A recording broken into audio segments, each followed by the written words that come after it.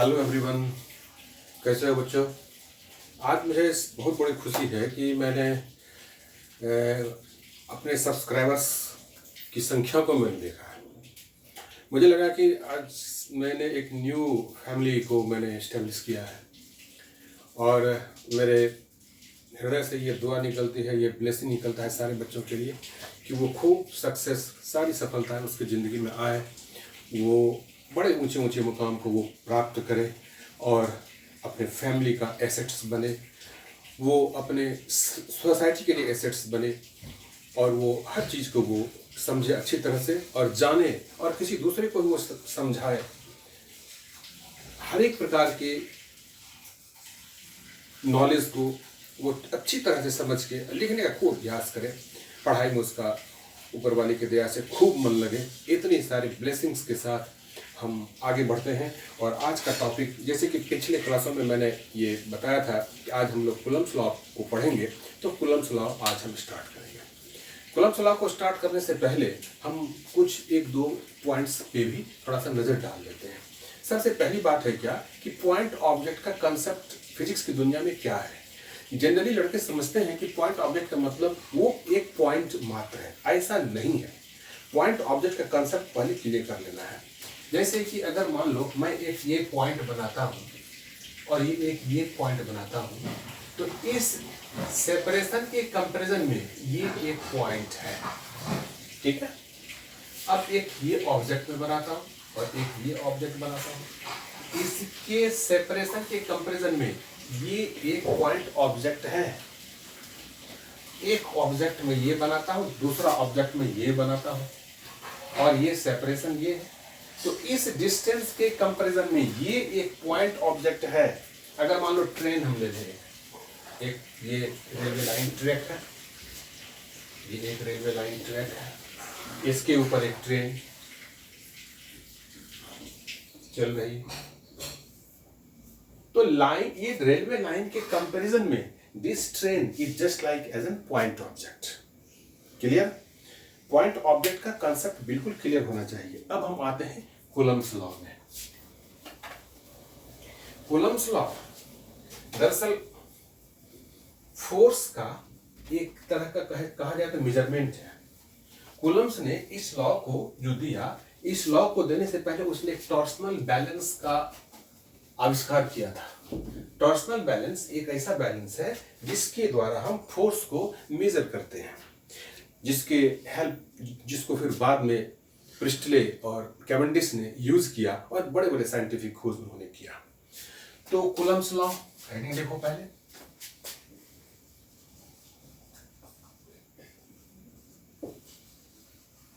Coulomb's law, this law states that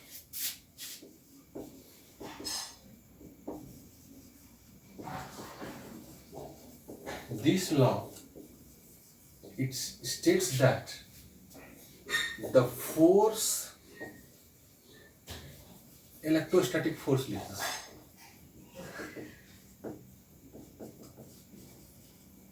the electrostatic force between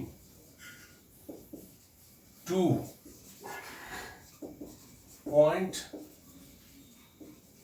charges. This law states that the electrostatic force between 2 point charges, पहला में first point क्या है? Directly proportional is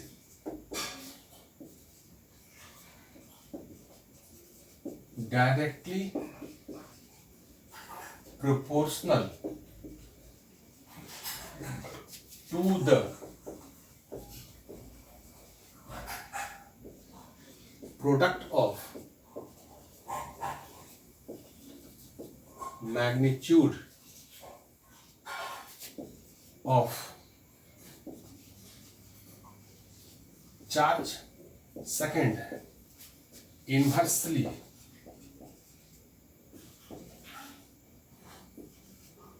proportional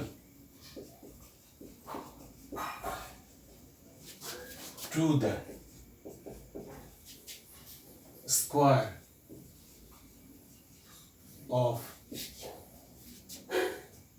distance between point charges. Third, aligned force is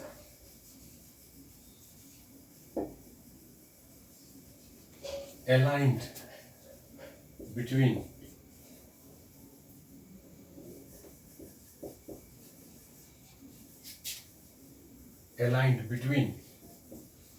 two point charged particle.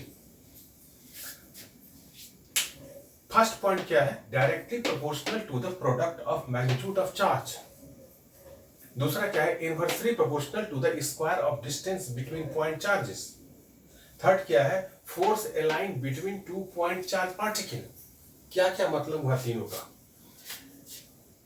एक point A है, दूसरा point B है, ए और B. इस पे चार्ज मान लिया Q1, इस पे चार्ज मान लिया Q2. दोनों के बीच का डिस्टेंस मैंने मान लिया R. इसके बीच में फोर्स ऑफ अट्रैक्शन और रिपल्सन, इलेक्ट्रोस्टैटिक फोर्स दोनों हो सकता है. फोर्स ऑफ अट्रैक्शन भी हो सकता है और फोर्स ऑफ रिपल्सन भी हो सकता है. ऐसा नहीं है कि only for force of attraction के लिए ये लॉ है. तो फोर्स ऑफ अट्रैक्शन और repulsion, if force of attraction or repulsion is equal to F, then F पहला क्या है? Directly proportional to the product of magnitude of charge. F directly proportional to Q1 into Q2. दूसरा क्या है? Inversely proportional to the square of distance. Distance है R, F 1/r square. और तीसरा क्या है? Aligned between two point charge. मतलब ये इसी लाइन पे रहेगा, ये फोर्स इसी लाइन पे रहेगा. Force F is aligned on AB. Force is aligned on AB. ये पहला पार्ट हो गया, ये सेकेंड पार्ट हो गया, ये थर्ड पार्ट हो गया. अब सबको अगर हम कंबाइन कर दें तो क्या हो जाएगा? F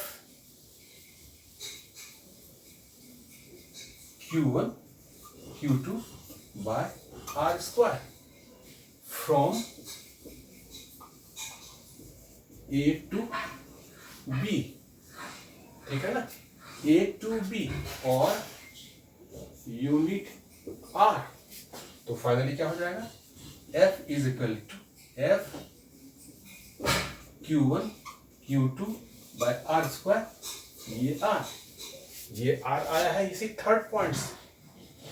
ये third point force is aligned between two point charge particle.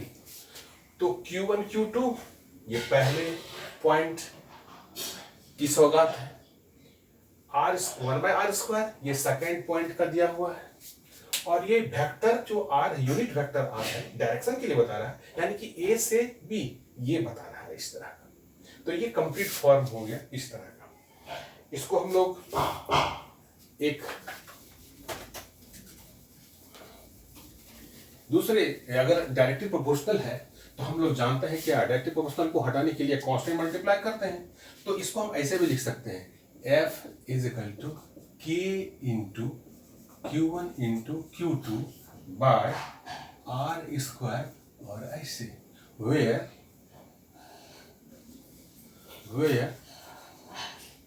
K is constant of proportionality, where K is constant of proportionality. और इसको ये भी कहते हैं कूलम्स कांस्टेंट. कूलम्स कांस्टेंट इसका एक और भी नाम है इलेक्ट्रोस्टैटिक कांस्टेंट.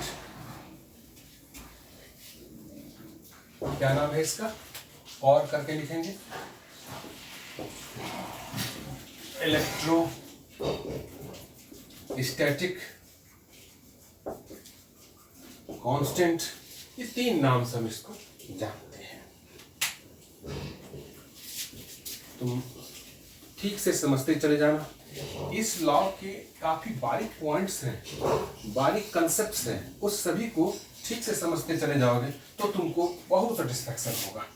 सच पूछो ना, सही जो आनंद है तुमको तभी मिलेगा जब तुम इसको समझ लेने के बाद न्यूमेरिकल्स बनाना शुरू कर दोगे।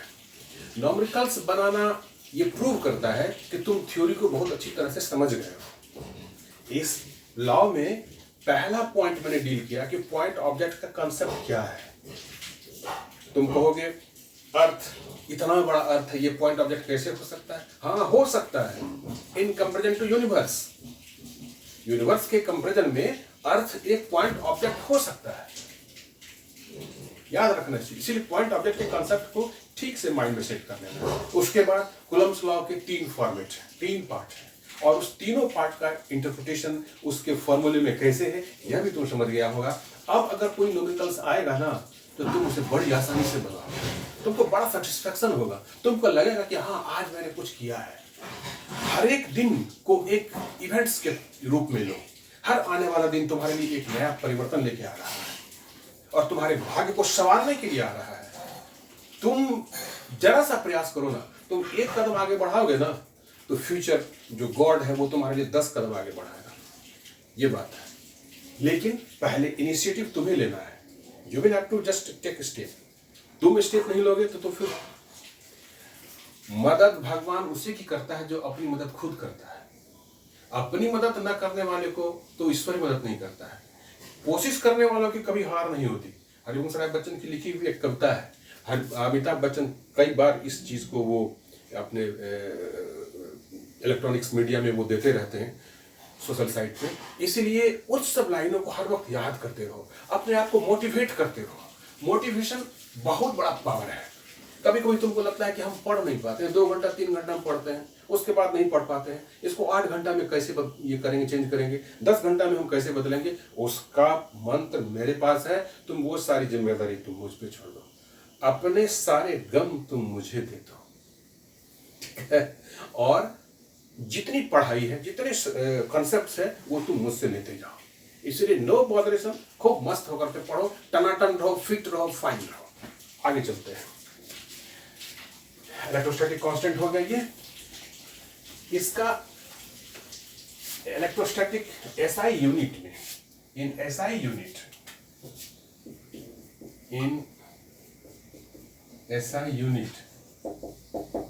के का वैल्यू कितना होता है? 9 × 10⁻⁹ न्यूटन मीटर स्क्वायर पर कूलम्ब स्क्वायर। ये इसका यूनिट होता है। के का वैल्यू होता है 1/4πε0। Here ε0 is permittivity of free space। इसका वैल्यू कितना होता है? 8.854 × 10⁻⁻12। अब इस सारे यूनिट को अपोजिट कर दो। क्या क्या? कूलम्ब स्क्वायर पर न्यूटन पर मीटर स्क्वायर। इसके यूनिट का जस्ट अपोजिट ये ε0 का वैल्यू इतना होता है। तो अब न्यू फॉर्म, एक फॉर्मेट ऑफ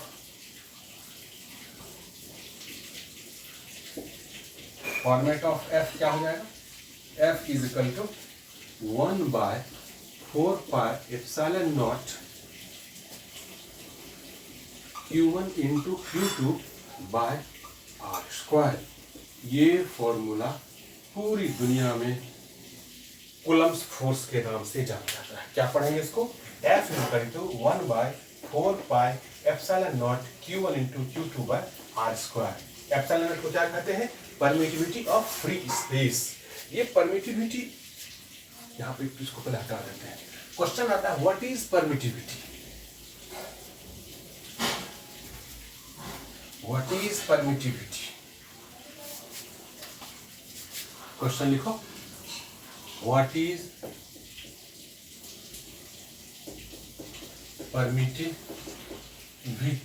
तो इसको एप्सिलॉन करके लिखेंगे। जब जीरो लिखेंगे तब ये फ्री स्पेस लिखेंगे, फ्री स्पेस है ना, तब ये जीरो लिखेंगे।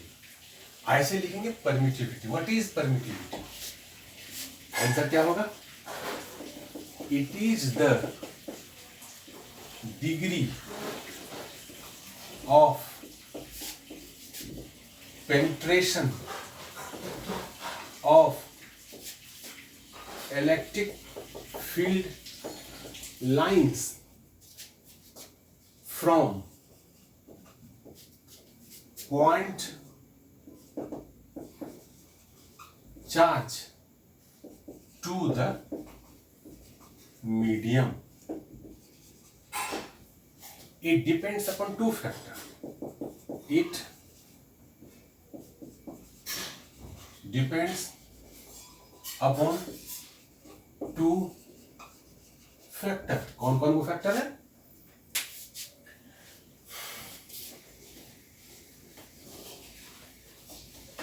It depends upon two factors. कौन कौन वो फैक्टर है? सबसे पहला है नेचर ऑफ द मीडियम, और दूसरा क्या है? यूनिट ऑफ क्या क्या? फोर्स का यूनिट क्या है, चार्ज का यूनिट क्या है, डिस्टेंस का यूनिट क्या है। एफ मतलब क्या हुआ? फोर्स। क्यू मतलब क्या हुआ? चार्ज। आर का मतलब क्या हुआ? डिस्टेंस। इसीलिए एप्सिलॉन नॉट जो है यानी कि परमिटिविटी, वो दो बातों पर निर्भर करता है, नेचर ऑफ द मीडियम और unit of F, Q and R. ये हो गया। अब हम आते हैं vector form of Coulomb's law. Vector form of Coulomb's law. Vector form of Coulomb's law को जानने से पहले हम एक और बात पे तुम्हारा ध्यान केंद्रित करेंगे। जैसे ये लॉ आया तो ये लॉ दुनिया में आया, सबका नजर उस पे गया, सारे साइंटिस्ट का ध्यान उस पे गया कि भाई एक नया लॉ आया है, एक नया लॉ है। मैंने कौन सा लॉ है भाई? बोला कि फोर्स का एक मेजरमेंट आया है। बोला कि क्या, कैसे? अरे अभी तक तो हम लोग मास को मेजर करते थे, टाइम को मेजर करते थे, डिस्टेंस को मेजर करते थे, फोर्स को भी मेजर करने का ये फॉर्मूला आ गया क्या? बोला हाँ। बोला क्या फॉर्मूला है? F equal to K into Q1 into Q2 by R square. हम लोग के यहाँ जब गेस्ट आते हैं तो कुछ संदेश लेकर के आते हैं, कुछ मिठाई लेकर के आते हैं। तो ये जब फॉर्मूला सारी दुनिया में आया तो यह भी एक संदेश लेकर के आया। क्या संदेश लेकर के आया? इसने सबसे पहली बार चार्ज का एक नया स्टेटमेंट दिया। लोगों का मन तो काफी गदगद हो गया, काफी खुश हो गए, खासकर न्यू जनरेशन के बच्चे तो काफी खुश हो गए, भाई ये आए हैं हमारे लिए कुछ संदेश लेकर के आए। तो उन्होंने क्या दिया? चार्ज का एक स्टेटमेंट दिया। चार्ज का उन्होंने क्या स्टेटमेंट दिया कि बोला क्या कि अगर दो चार्ज के बीच 9 into 10⁹ Newton of force of attraction या रिपल्सन लगे तो इसका मतलब चार्ज 1 कूलम है। 1 कूलम चार्ज का स्टेटमेंट उन्होंने दे दिया। कैसे? जैसे कि अभी देखो F इक्वल टू क्या था? K Q1 Q2 by R square. तो if Q1 equal to 1 equal to Q2 R equal to 1 metre, तो F बराबर क्या हो जाएगा? K into 1 by 1 square. तो F बराबर क्या हो जाएगा? K बराबर क्या होता है? 9 इंटू 10⁹ न्यूटन। तो F का एक वैल्यू हमारे पास आ गया कि 1 coulomb charge is that amount of charge which when deposited on two different objects at a separation of 1 meter in vacuum then they exert 9 into 10⁹ Newton of force। ये संदेश लेकर के आया, ये कूलम्स का फार्मूला। हालांकि हम लोगों ने चार्ज का स्टेटमेंट, एक कूलम का स्टेटमेंट हम लोगों ने पहले पढ़ लिया है, लेकिन नहीं, ठीक से अगर देखोगे तो ये जो फॉर्मूला जब इस दुनिया में आया तो अपने साथ ये कूलम का एक स्टेटमेंट भी लेके आया। अब हम चलते हैं वेक्टर फॉर्म को लेकर के।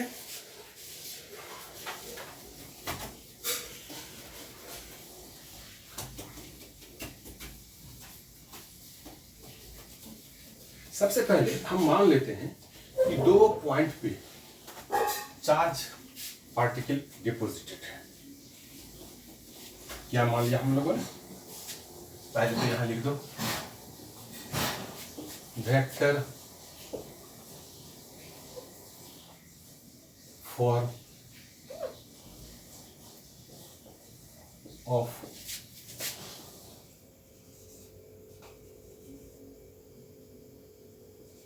Coulomb's law.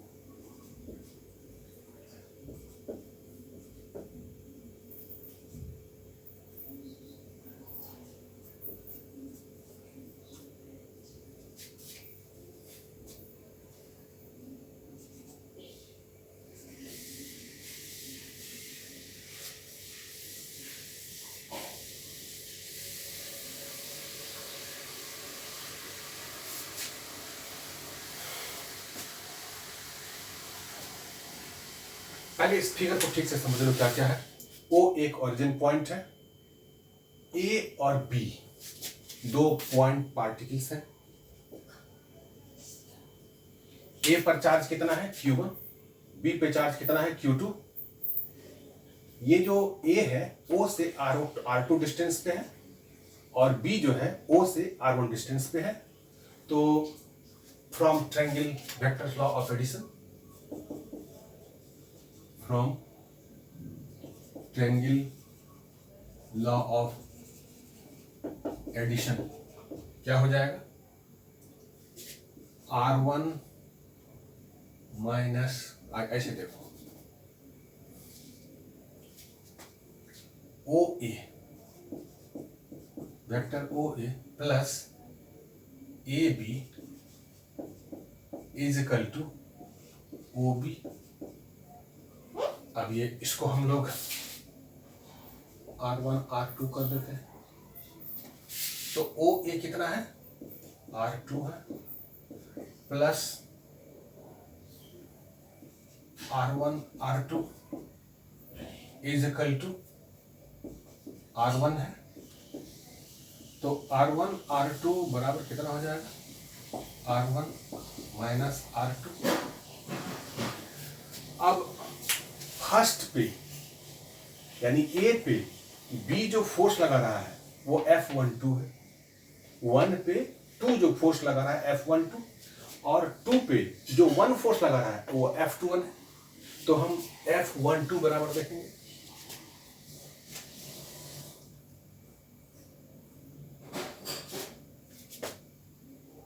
F12 is equal to K Q1 Q2 by R12 square unit R12 and F21 is equal to K Q1 Q2 by R21 square R21 R12 is equal to minus R21. So F12 is equal to minus F21.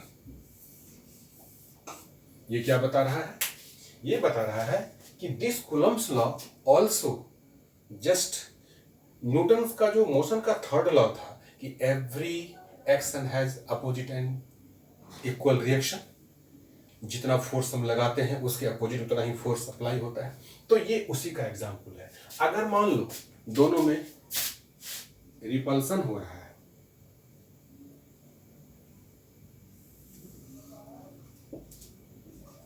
Q1 Q2 repulsion हो रहा है, तो क्या हुआ, Q1 Q2 is greater than 0, repulsion है ये।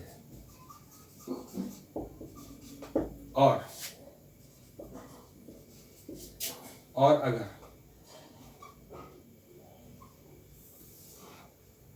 Q1 और Q2 attraction हो रहा है, तो Q1 और Q2 लेस देन 0। याद रखना इस चीज को, A और B एट्रैक्शन हो रहा है यहां पे,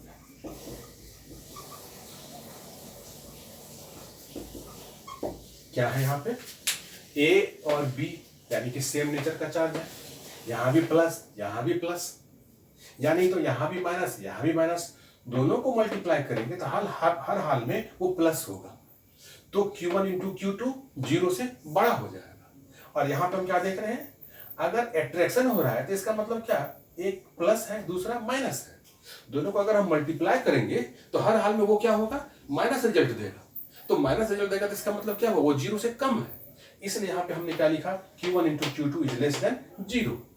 इसीलिए इस चीज को ठीक से समझना है। इसमें से कई क्वेश्चंस पूछे जाते हैं, बोर्ड एग्जाम में कई बार पूछे गए हैं कि what will be the nature of force in the case of if Q1 and Q2 is less than 0 और Q1 and Q2 is greater than 0।